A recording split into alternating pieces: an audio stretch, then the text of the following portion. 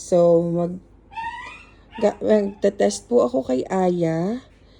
Dapat po, hindi niya kakainin yung biscuit na yan. Okay? Do not eat, anak ha. Iintayin mo si nanay. Kukuha lang ng water. Okay po?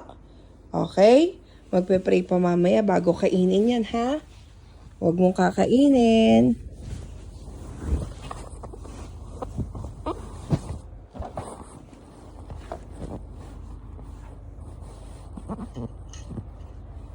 Huwag mong kakainin ha. Don't eat. Diyan ka lang. Huwag mo munang kakainin ha. Intayin mo akong bumalik. Don't eat.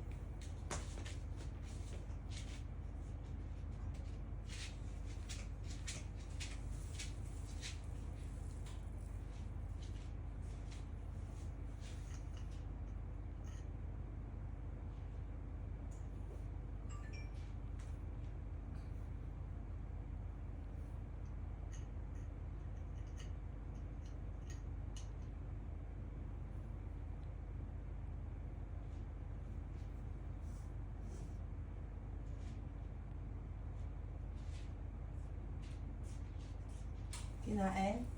Kinain mo? Hindi? Hindi mo ulit kanya. Wow! Very good si Aya. Opo.